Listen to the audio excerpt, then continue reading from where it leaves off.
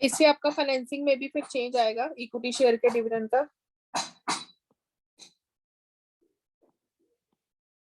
तो यहाँ पर हम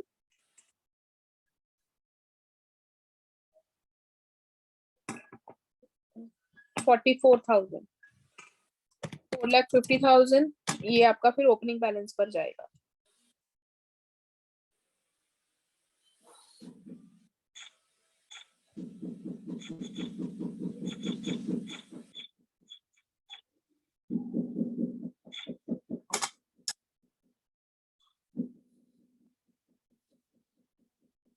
क्योंकि शेयर स्टार्टिंग में इशू हुए हैं तो इसलिए 5,50,000 इन्होंने लिया हुआ है।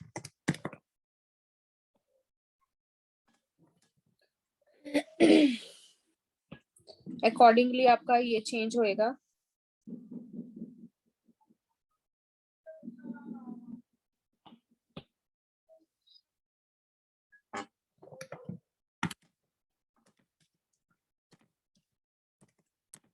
$8,000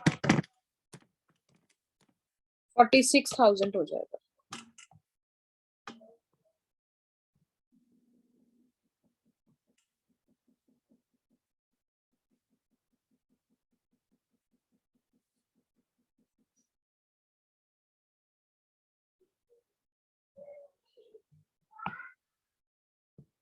तो फाइनेंसिंग एक्टिविटी आपको 46,000 आ जाएगा। अच्छा, अब हम क्या कर रहे थे?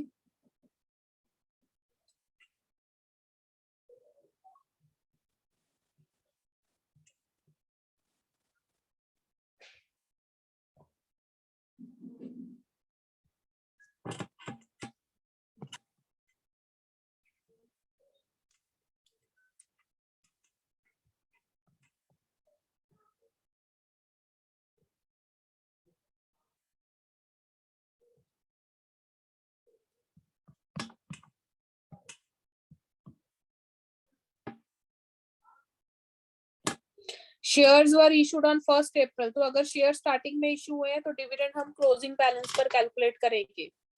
तो इसलिए 5,50,000 पर आपने 8% जो डिविडेंड है वो कैलकुलेट करना है।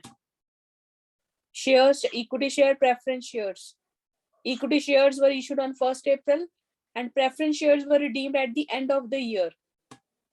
तो उस हिसाब से हमें करना था कब शेयर्स इशू हुए हैं या रिडीम हुए हैं। स्टार्टिंग में इशू हुए हैं तो क्लोजिंग बैलेंस पर, एंड में इशू हुए हैं तो ओपनिंग बैलेंस पर। तो प्रोविजन फॉर टैक्सेशन प्रोवाइडेड आपकी थी कितनी? 45,000। देन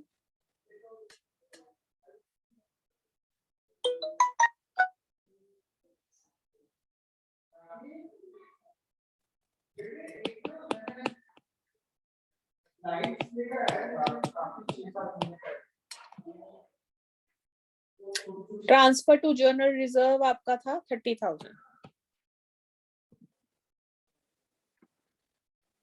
ठीक है, तो ये इतने ही थे। तो इसका आंसर आ रहा है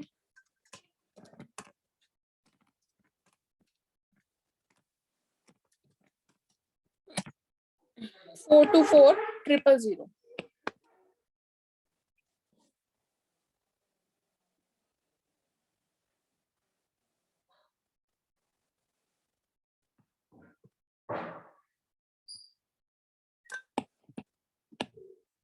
तो इसमें हमने काफी आइटम्स डाल दी थी। डेप्रिसिएशन डाल दी, लॉस ऑन सेल डाल दिया, गुडविल डाल दी, इंटरेस्ट ऑन डिबेंचर डाल दिया, इंटरेस्ट ऑन लोन डाल दिया। और इसमें क्या रह गया? 60, 20, 25, 16,400, 3,600। तो आपका आएगा operating profit before working capital changes. Operating profit before working capital changes. तो answer is 549,000। And working capital की क्या क्या चीजें दी हुई है? अब current asset and current liability पर आ जाओ। तो add decrease in current asset, increase in current liability, minus increase in current asset, decrease in current liability. तो लोन तो हमने कर लिया, ट्रेड पेबल बढ़ रहे हैं, ट्रेड पेबल बढ़ रहे हैं कितने से,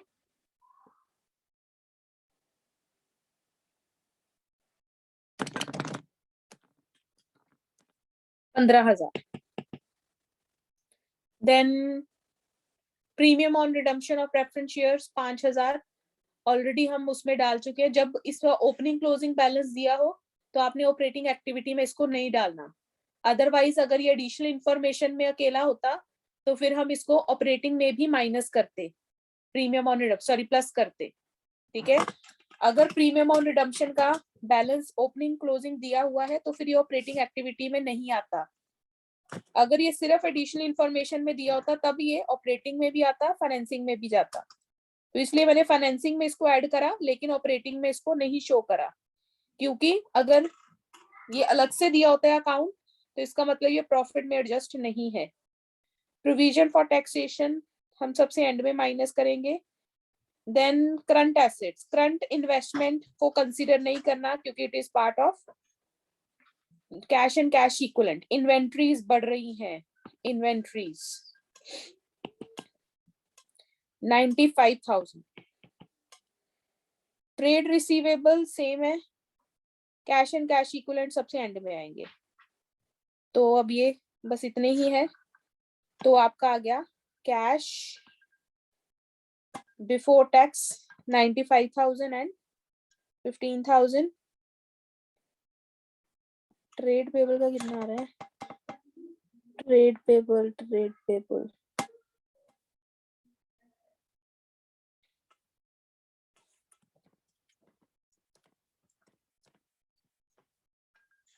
तो ये 10,000 क्यों शो कर रहा है ट्रेड पेबल।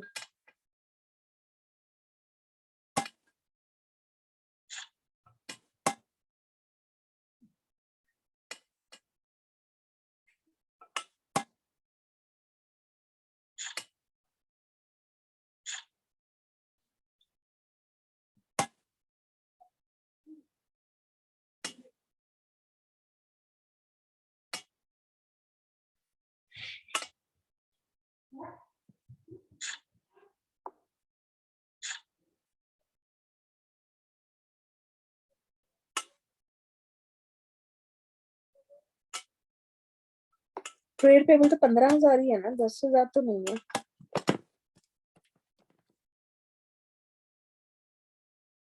या 15,000 है। 549,000 प्लस 15,000 माइनस 95,000, तो ये आ जाएगा 469,000। और इसमें से टैक्स पेड हम माइनस करेंगे एंड वाला। तो हमने टैक्स पेड निकाला था 35,000, तो 35,000 माइनस हो जाएगा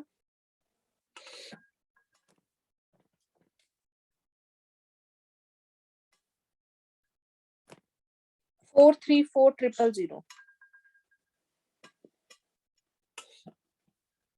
434,000 आपकी cash flow from operating activity आ गई। Cash flow from operating activity 434,000। Difference वो 5,000 का इन्होंने ट्रेड पेबल का लिया हुआ है, कोई इन्होंने वो नहीं डाला।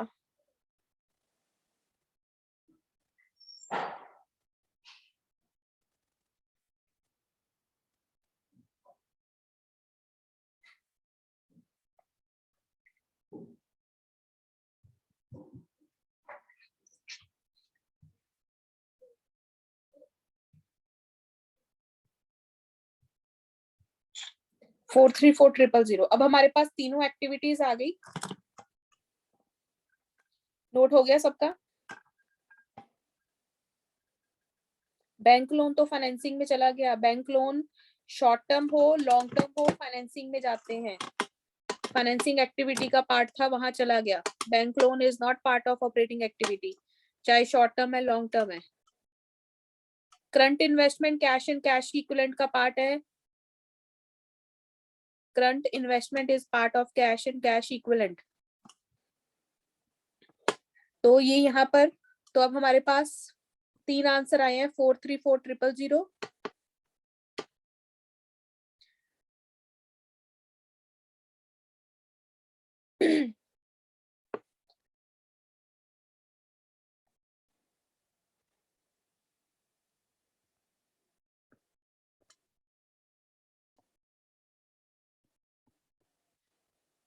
तो ऑपरेटिंग एक्टिविटी का आपका आया आंसर 434,000।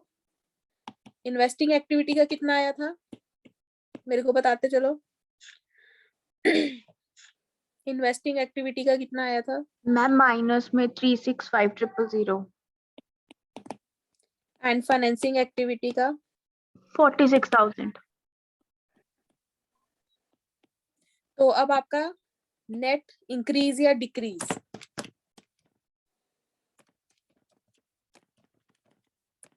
तो 115,000 net increase in cash and cash equivalent. और इसमें हम क्या करेंगे, opening balance of cash and cash equivalent add कर देंगे।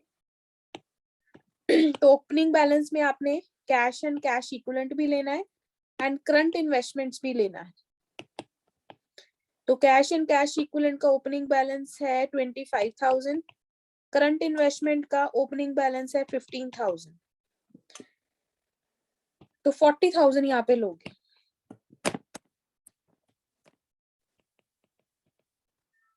जो कि क्लोजिंग बैलेंस के बराबर है, closing balance of cash and cash equivalent. और इसमें कौन कौन है, एक तो कैश एंड कैश इक्विवेलेंट 1,30,000 का प्लस करंट इन्वेस्टमेंट्स 5,000।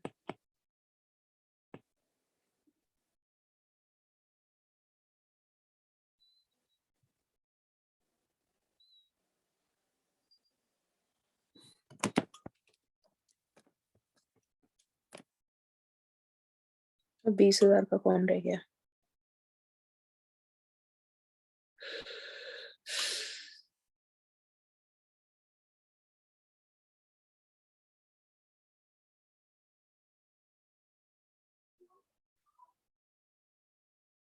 मैम जो आपने लिखा है opening balance of cash and cash equivalent, उसके नीचे करंट क्या है? करंट इन्वेस्टमेंट का ओपनिंग बैलेंस, क्लोजिंग बैलेंस। अच्छा वो 15 है ना,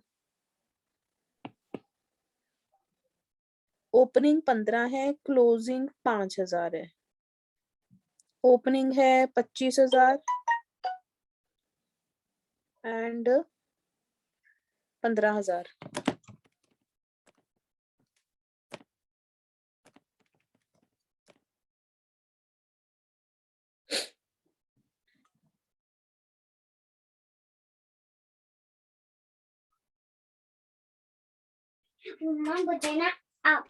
मुझे ना आपको कुछ लिखना है, आप मुझे पेज दे दोगे? माँ मुझे पेज दे दोगे? बैग में से ले लिया ड्राइंग बुक।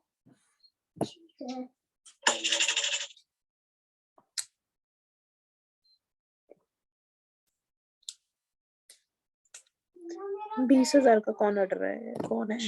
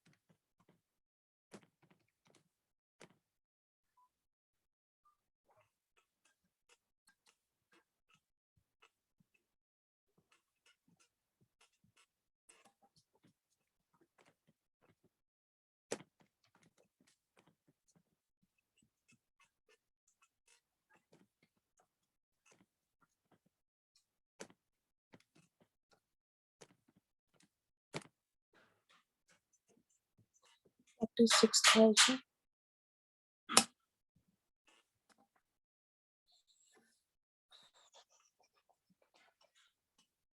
Operating 434,036.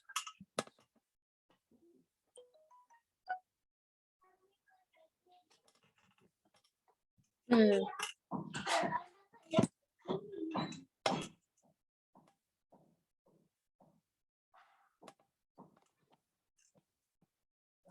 $20,000 की तो कोई आइटम नहीं है। मे बी ये आधा सा क्वेश्चन था इसलिए इसमें कुछ रह गया होगा। 20,000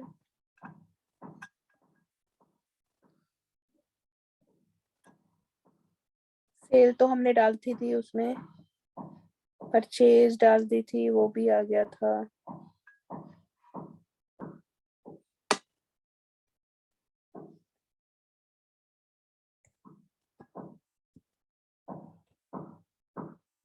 एट अ प्रीमियम ऑफ 5%।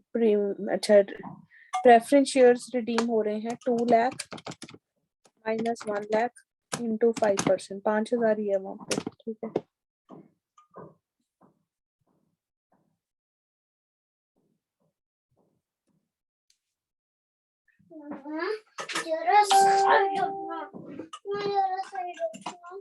चलो इसमें फिर होएगा कुछ। तो आपका जो है क्लोजिंग बैलेंस जो है ये मैच करना चाहिए इन दोनों के सम के साथ। बिना से ये लगी है। सॉरी, तो यहाँ पर शायद उन्होंने सिर्फ ऑपरेटिंग पूछा था तो थोड़ा सा मिसमैच कर रहा है, क्योंकि इन्होंने ट्रेड पेबल को भी 10,000 लिया था जो कि 15,000 था। ठीक है, तो ऐसे हम इसको प्रेजेंट करते हैं पूरी की पूरी ऑपरेटिंग एक्टिविटी को। मैम, हाँ जी, जो आपने एक बताया था प्रीमियम ऑन रिडेम्पशन ऑपरेटिंग में नहीं आता है, वो कब होता है? जब उसका बैलेंस गिवन हो, ओपनिंग क्लोजिंग बैलेंस गिवन हो आपकी उसमें बैलेंस शीट में। जब बैलेंस शीट में गिवन होते हैं ना, तो इसका मतलब होता है कि नेट प्रॉफिट में वो एडजस्ट नहीं हुआ। तो जो चीज नेट प्रॉफिट में एडजस्ट नहीं हुई फिर हम उसको दोबारा ऐड बैक भी नहीं करते।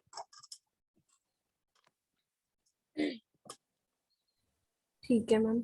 और एक मैम वो उसमें रिटायरमेंट में एक डाउट था, वो मैंने क्वेश्चन सेंड किया था। हाँ जी, अच्छा, रिटायरमेंट में आपका है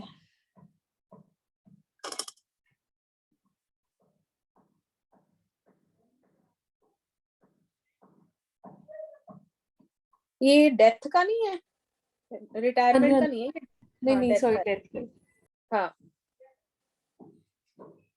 इसमें हम 2 ही चीजें निकालते थे, एक गुडविल और एक शेयर ऑफ प्रॉफिट। हाँ जी, गुडविल वाला हो गया था, सिर्फ प्रॉफिट वाले में डाउट था। ओके, प्रॉफिट में आपको निकालना है his share of profit up to date of death on the basis of sale। तो आपको सेल गिवन है और लिखा है it shows a growth trend of 20% and percentage of profit earning is reduced by 1%।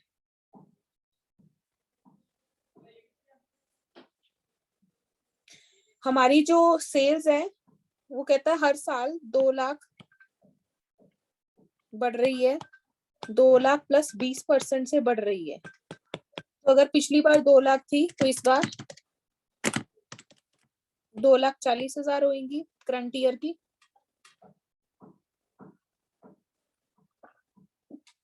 और जो आपका प्रॉफिट है वो 1% से कम हो रहा है, तो यहाँ पे आपका 9% आ जाएगा, 21600।